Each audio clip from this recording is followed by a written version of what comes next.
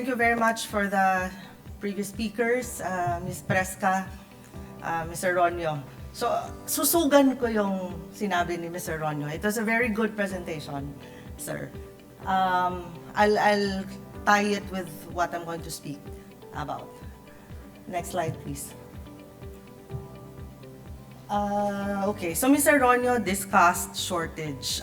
He discussed the opportunity for Filipinos. In 2013, if you look at the slide, based on the review of marine transport 2013, we have about 86,942 vessels globally. After some years, 11 years, it increased by 25%.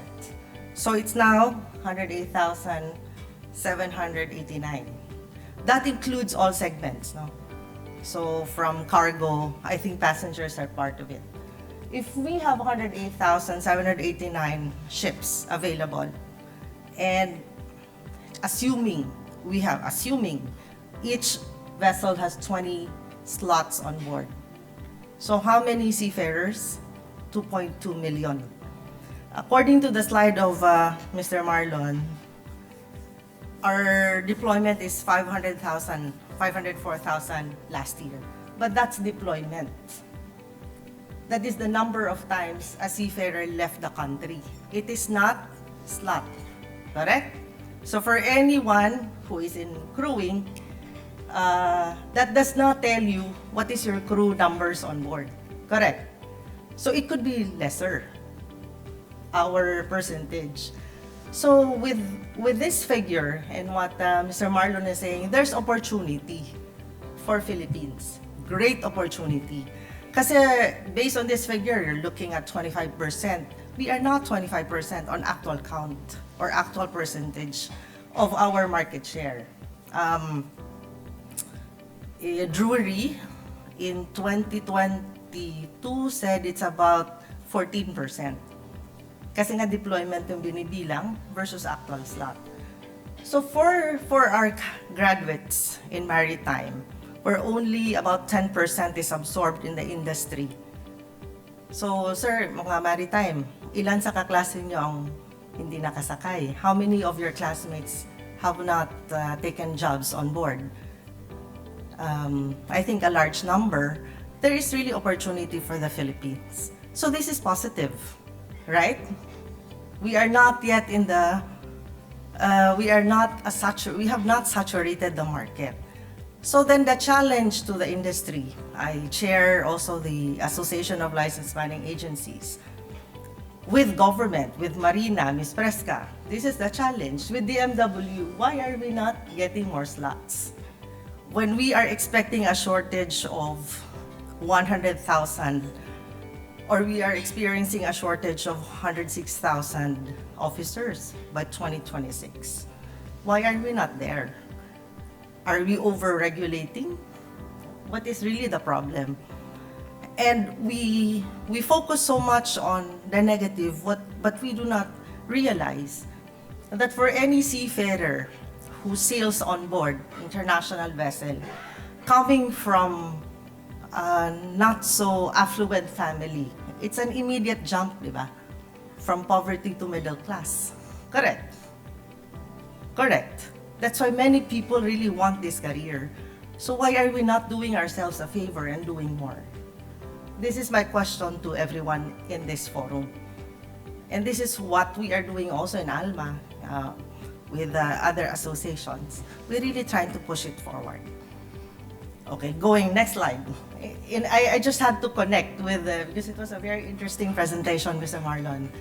But I'm really going to talk about something else, human performance. So as you noted in the previous slide, the increase in number of vessels globally by 25%. Now we'll look at the, this is the figure of total losses. Total losses. This is just one metric, number of total losses of vessels. This is not number of casualties or how many deaths on board. This is not pollution, this is not number of accidents, just total losses. This is the Insurance Information Institute. This is the statistics coming out from it. It's showing that from 111 total losses in 2013, we are down in 2023 to 26. Is that significant? Sino pong mga kapitan? Is this significant? We are down largely in terms of total losses. Nawarak yung barko, total destruction. We are down within the period of 11 years. Now, Apo will say otherwise. I'm sure you'll say otherwise. You'll say, so many deaths, so many. That's fine, that's true. I'm just looking at one metric, one factor. We really still have so much to be improved. But looking at one, we see a decrease.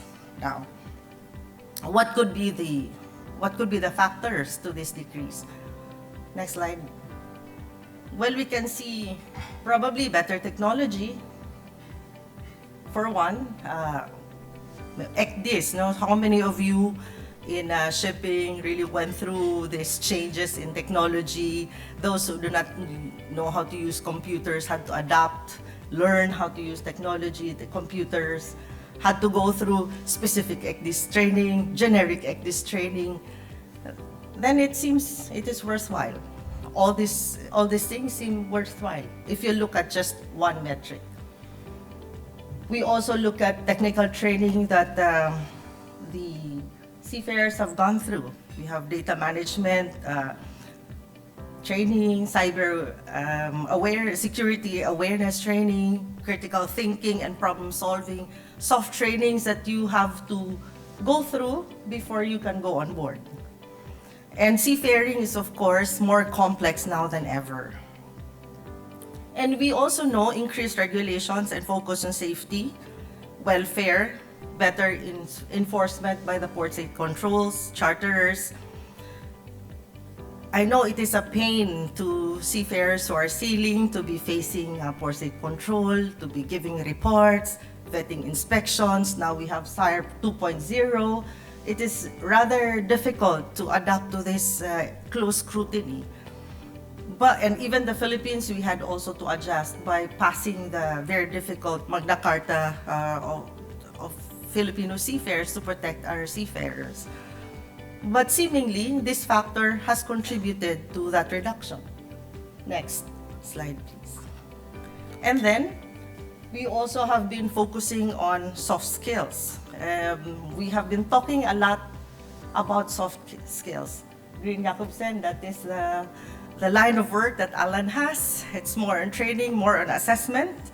And companies have evolved and shifted or enhanced and are more open to investing in training, continuous learning. Training has now emphasized situational awareness. We are now talking about management. We're now talking about leadership, teamwork, effective communication to prevent accidents. While automation has increased, human oversight remains very critical. We cannot overemphasize that component. Also, another thing is fatigue management strategies. We are still talking of fatigue management, rest schedules, and monitoring fatigue levels to improve alertness. I've said this several times. With the use of availability of your phones on board and internet as well, that is unlimited, Starlink for example, it is good because you are now connected even if the seafarers are away. But at the same time, if it is not managed well, it can also lead to fatigue. In how? Because people are no longer sleeping and are already scrolling or doing something else with their phone, lacking sleep, and that leads to fatigue, which leads to lack of alertness, that leads to incidents. Okay. And we are now focused as well on inclusive decision making. So the human factor, next slide, remains front and center because there are still human beings on board ships. And our cultures, where we come from, if you talk of a vessel with multiple nationality, you have Filipino, you have East Europeans, you have Chinese, you have Indians on the ship. The cultural interplay is there because the seafarer lives and works on the ship. And at the same time, of course, communication, both verbal and nonverbal. Maritime English remains a concern, and our Filipinos complain that their colleagues cannot speak English or are not understood, or they are not understood. That is still happening. So in a study produced by WMU, World Maritime University in Malmo, it says that maritime education institutions do not give enough time in their curriculums to teach communication and management skills, whereas the technical issues are highly emphasized at all parts of the education of mariners. So this is one key area that needs to be looked into, because shipping, safe shipping is not just knowing the technical side, but actually working with people. And this is how we improve performance and safety on board. So thank you very much. Thank you.